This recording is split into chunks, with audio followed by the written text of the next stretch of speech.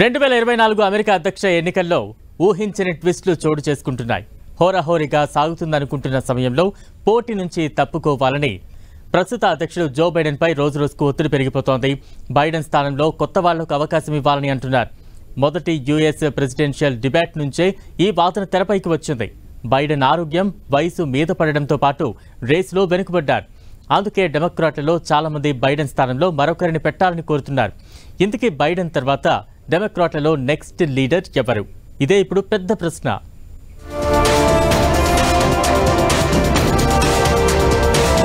America అధ్యక్ష ఎన్నికల్లో democratic పార్టీని నడిపించే నాయకుడెవరు? అధ్యక్ష రేసులో నిలిచే లీడర్ ఎవరు?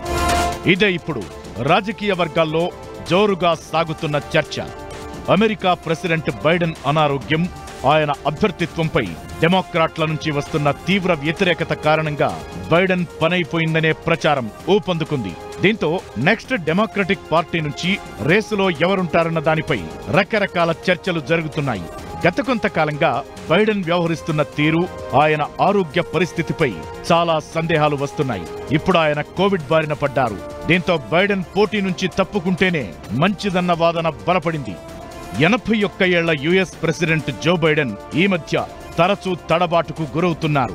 ప్రచారం, ప్రసంగాల్లో వింతగా వ్యవహరిస్తున్నారు. ట్రంప్తో జూన్ 27న బైడెన్ తొలి అధ్యక్ష చర్చ జరిగింది. ఇందులో ఆయన బాగా తడబడ్డాడు.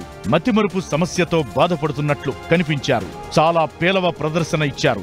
ఒకరి పేరుకు బదులు మరొకరి పేరు చెప్పడం, ఒకరికి కరచాలనం చెయ్యబోయి వేరొకరికి షేక్ హ్యాండ్ ఇవ్వడం, ఇలా ఆయన జ్ఞాపక శక్తిపై పలు సందేహాలు వచ్చేలా చేసింది. దీంతో బైడెన్ తప్పుకుని వేరే వారికి అవకాశం కల్పించాలని ఎక్కువ మంది డెమోక్రాట్లు, ఆ పార్టీకి చెందిన సెనేటర్లు కొందరు బహిరంగంగానే డిమాండ్ చేస్తున్నారు. బైడెన్ తప్పుకోవాల్సి వస్తే నెక్స్ట్ ఎవరన్న దానిపై చాలా మంది పేర్లు వినిపిస్తున్నాయి. అయితే ప్రధానంగా అమెరికా అధ్యక్ష రేసులో డెమోక్రటిక్ పార్టీ నుంచి ప్రస్తుత ఉపాధ్యక్షురాలు కమలా హారిస్ పేరు బలంగా వినిపిస్తోంది. బైడెన్ స్థానంలో ఆమె పోటీ చేస్తే విజయావకాశాలు అధికంగా ఉంటాయని డెమోక్రాట్లలో ఎక్కువ మంది అంటున్నారు. Associated press national opinion research centre APNORC నిర్వహించిన సర్వేలోనూ ఇదే తేలింది. ప్రతి 10 మంది డెమోక్రాట్లలో 6 కమలా హారిస్ అధ్యక్ష అభ్యర్థిత్వాన్ని సమర్థిస్తున్నారు. 2 మద్దతు తెలపడం లేదు. మరో 2 న్యూట్రల్ గా ఉన్నారు. కమలా హారిస్ అమెరికా అధ్యక్ష బాధ్యతలు చేపడితే ఎలా నిర్వహిస్తారనే అంశంపైన కొన్ని సంస్థలు సర్వేలు చేశాయి. 10 మంది అమెరికన్లలో 3 మాత్రమే కమలా హారిస్ దేశ అధ్యక్ష బాధ్యతల్ని సక్రమంగా నిర్వహించి రాణించగలరని అంటున్నారు. ప్రెసిడెన్షియల్ డిబేట్ లో ట్రంప్ కి సరైనటువంటి ధీటైనటువంటి సమాధానాలు చెప్పటంలో జో బైడెన్ తడబడ్డారనేటటువంటి అభిప్రాయాలతో పాటు జో బైడెన్ వయోభారము, మతిమరుపు, అనారోగ్య కారణాలతోటి ట్రంప్ కి సరైనటువంటి పోటీ ఇవ్వట్లేదు అనేటటువంటి అభిప్రాయము డెమోక్రాట్ల నుంచే వ్యక్తమవుతున్నటువంటి నేపథ్యంలో ప్రస్తుత ఉపాధ్యక్షురాలుగా ఉన్నటువంటి కమలా హారిస్ ని నిలబెట్టాలనేటటువంటి ఆలోచన చేస్తున్నట్లుగా మనకి కనపడుతుంది. అయితే అధ్యక్ష ఎన్నికల ప్రచారం ప్రారంభమైన దగ్గర నుంచి చోటు చేసుకుంటున్నటువంటి పరిణామాలు కూడా డెమోక్రాట్ల విజయావకాశాలను దెబ్బతీస్తున్నట్లుగా మనకు కనపడుతుంది. బైడెన్ తరువాత అమెరికా అధ్యక్ష ఎన్నికల్లో పోటీలో ఉండే డెమోక్రాట్ల అభ్యర్థి ఎవరు అని analytics company blue labs survey నిర్వహించింది. 7 రాష్ట్రాల్లో జూలై 5 నుంచి 12 వరకు నిర్వహించిన సర్వేలో బైడెన్ తో సహా 11 మంది పేర్లు వినిపించాయి. అందులో 4 పేర్లు ప్రధానంగా ఉన్నాయి. అరిజోనా రాష్ట్రానికి చెందిన యుఎస్ సెనేటర్ మార్క్ కెల్లీ పేరు ప్రముఖంగా వినిపిస్తోంది. ఆ తరువాత Maryland governor Wes Moore, Pennsylvania governor Josh Shapiro, Michigan governor Gretchen Whitmer ఉన్నారు. అమెరికా అధ్యక్ష పోటీలో డెమోక్రాట్ల అభ్యర్థిగా మార్క్ ఎడ్వర్డ్ కెల్లీ పేరు కూడా ఎక్కువగానే వినిపిస్తోంది. కెల్లీ అమెరికన్ వ్యాపారవేత్త, మాజీ వ్యోమగామి, యునైటెడ్ నేవీ కెప్టెన్ కూడా. కెల్లీ 2020 నుంచి Arizona junior United states senator గా కొనసాగుతున్నారు. కీలక డెమోక్రటిక్ అభ్యర్థిగా ఉన్నారు. అమెరికా మాజీ అధ్యక్షుడు బరాక్ ఒబామా కూడా బైడెన్ అభ్యర్థిత్వాన్ని వద్దంటున్న వారిలో ఉన్నారు. బైడెన్ కు అధ్యక్ష ఎన్నికల్లో విజయావకాశాలు కూడా మందగించాయని అంటున్నారు. దీంతో పోటీపై ఖచ్చితంగా పునరాలోచించుకోవాలని డెమోక్రాట్లు డిమాండ్ చేస్తున్నట్లు వాషింగ్టన్ పోస్ట్ ఒక కథనాన్ని కూడా ప్రచురించింది. డెమోక్రటిక్ పార్టీ సీనియర్ నేత, మాజీ స్పీకర్ నాన్సీ పెలోసి కూడా బైడెన్ పై నేరుగానే అసంతృప్తి వ్యక్తం చేశారు. ఓ పక్క ట్రంప్ వరుసగా ప్రచారాల్లో దూకుడు పెంచుతుంటే బైడెన్ మాత్రం రోజు రోజుకి dull అయిపోతున్నారని Washington post, New York times లాంటి పత్రికల్లో కథనాలు కూడా వచ్చాయి. బైడెన్ ప్రస్తుతం ఆత్మ పరిశీలన చేసుకుంటున్నారు. వృద్ధాప్యం, అనారోగ్యంతో సతమతమవుతున్నారు అమెరికా ప్రెసిడెంట్ బైడెన్. ప్రసంగాలు, డిబేట్లలో తడబడుతున్నారు. సమర్థంగా వాదనలు వినిపించలేకపోతున్నారు. అయినా రెండోసారి అధ్యక్ష పదవిలో కొనసాగి తీరుతారని భీష్మించుకుని కూర్చున్నారు 81 ఏళ్ల బైడెన్. ఒకవేళ ఇప్పుడు వెనక్కి తగ్గితే పరిణామాలు ఎలా ఉండబోతున్నాయి? ఇది రిపబ్లికన్లకు కలిసి వస్తుందా? ట్రంప్ను ఢీకొనే సత్తా డెమోక్రాట్లలో ఇంకెవరికి ఉంటుంది?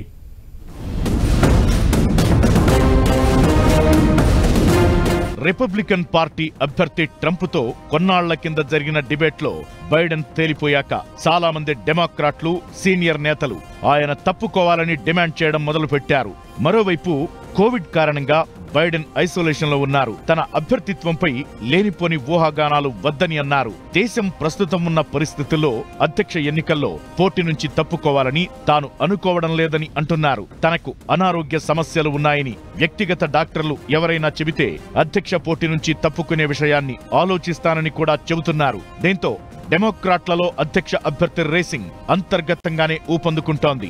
ఎక్కువ మంది డెమోక్రాట్లు బైడెన్ వైపే ఉన్నప్పటికీ కొందరు రాజకీయ నాయకులు, డెమోక్రటిక్ పార్టీ డోనర్లు, నటులు బైడెన్ వయసు, ఆరోగ్యంపై కామెంట్స్ చేస్తున్నారు. దాదాపు 80 మందికి పైగా నాయకులు 81 ఏళ్ల బైడెన్ కు బహిరంగంగా మద్దతు ప్రకటించారు. ఇంకా చాలా మంది నేతలు ఆయనకు మద్దతు తెలుపుతున్నారు. బైడెన్ రాజకీయ చరిత్ర, ఆయన సిద్ధాంతాలు 2020లో డొనాల్డ్ ట్రంప్ పై విజయం వంటి వాటినే కొందరు బలంగా విశ్వసిస్తున్నారు. తాను రెండోసారి అధ్యక్షుడినైతే తన ప్రణాళికల గురించి బైడెన్ వివరించినా ఆ సమావేశంలో వైస్ ప్రెసిడెంట్ కమలా హ్యారిస్ ను వైస్ ప్రెసిడెంట్ ట్రంప్ అని సంబోధించడమే వార్తా పత్రికలు, ఛానళ్లలో హెడ్లైన్స్ గా కనిపించింది.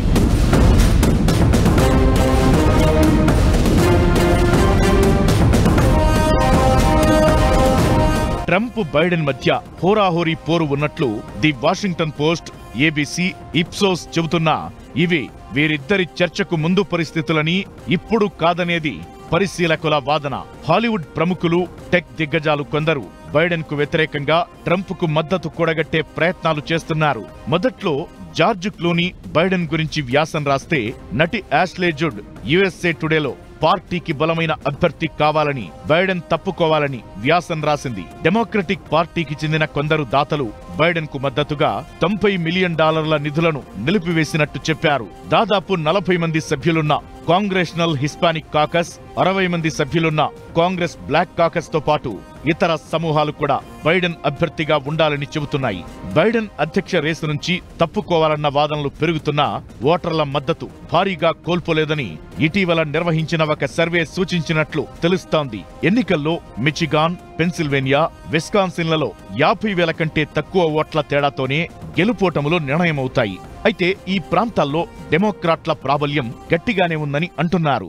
రిపబ్లికన్లు మరొక ఎత్తుగడ వేసి గెలుపుకి అవకాశాలను సునాయాసం చేసుకున్నట్లుగా మనకి కనపడుతున్నటువంటి నేపథ్యంలో డెమోక్రాట్లు కూడా రిపబ్లికన్ల ఎత్తుగడకు ధీటైనటువంటి ఎత్తుగడ వేయాలనేటటువంటి ఉద్దేశంతో జో బైడెన్ తోటైతే విజయం సాధించలేమని నమ్ముతున్నటువంటి డెమోక్రాట్లు బైడెన్ స్థానంలో భారతీయ మూలాలు ఉన్నటువంటి కమలా హారిస్ ని నిలబెట్టడం ద్వారా గట్టి పోటీనివ్వచ్చు, విజయ అవకాశాలను మెరుగుపరచుకోవచ్చు అనేటటువంటి అభిప్రాయాలు వ్యక్తమవుతున్నాయి. ఇదిలా ఉంటే డొనాల్డ్ ట్రంప్ ఇప్పుడు మరింత దూకుడు పెంచారు. పెన్సిల్వేనియాలో తనపై జరిగిన దాడిని ప్రచారాస్త్రంగా మార్చుకునే పనిలో ఉన్నారు. ఈ దేశంలో సగానికి కాదు, మొత్తం అమెరికానే తమ పార్టీ గెలుచుకుంటుందని ధీమాగా చెబుతున్నారు. రానున్న 4 ఏళ్లు అమెరికాకు స్వర్ణయుగమంటున్నారాయన. ఆర్థిక వ్యవస్థ, విదేశాంగ విధానం, వలస విధానం, ఇజ్రాయెల్ హమాస్ యుద్ధం, సామాజిక భద్రత, మెడికేర్, పన్నులు, మాజీ సైనికుల భద్రత, నాటో వంటి అంశాల్లో ట్రంప్ బైడెన్ తీరును తూర్పారబడుతున్నారు. పెన్సిల్వేనియా దాడి ఘటనపై మెటా సీఈఓ జుకర్బర్గ్ ట్రంప్ను ప్రశంసించారు. ట్రంప్ ధైర్యం తన జీవితంలో చూసిన అరుదైన దృశ్యమని ఆకాశానికెత్తారు. ప్రముఖ wrestling star Hulk Hogan shirt చించుకుంటూ ట్రంప్ను గెలిపించాలని కోరారు. ఇలా దూకుడుగా ట్రంప్ వెళుతున్న సమయంలో డెమోక్రాట్ల లీడర్షిప్ డైలమా ఇప్పుడు కొత్త ప్రశ్నలు లేవనెత్తేలా ఉంది. రానున్న రోజుల్లో ఇది ఎలాంటి పరిణామాలకు దారితీస్తుందో చూడాలి.